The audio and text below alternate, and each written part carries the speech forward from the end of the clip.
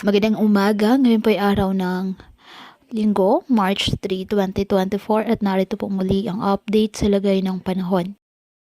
Ayon sa pag-asa, northeast monsoon o amihan nakakaapekto sa northern Luzon, habang easterlies naman nakakaapekto sa nalalabing bahagi ng ating bansa. Sa kasalukuyan, wala pong bagyo o low pressure area na namamataan sa loob ng ating Philippine Area of Responsibility na maaaring makaapekto sa ating bansa. Ngayong araw, ang Cagayan Valley asahan na maulap na halangitan na may mahihinang pag-ulan dahil po sa northeast monsoon.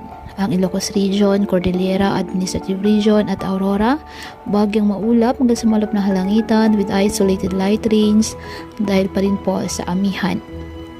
Ang nalalabing bahagi ng ating bansa kasama ng Metro Manila, apektado po ng easterlies at ng mga localized thunderstorms. Kaya patuloy po natin na pag-iingat pa din ang ating mga kababayan sa pantapat po ng mga pagbaha at pagguho ng lupa at ugalin po na magdala palagi ng payong o kahit naman panangga sa ulan o di kaya may sa init ng araw kapag lalabas ng ating mga tahanan.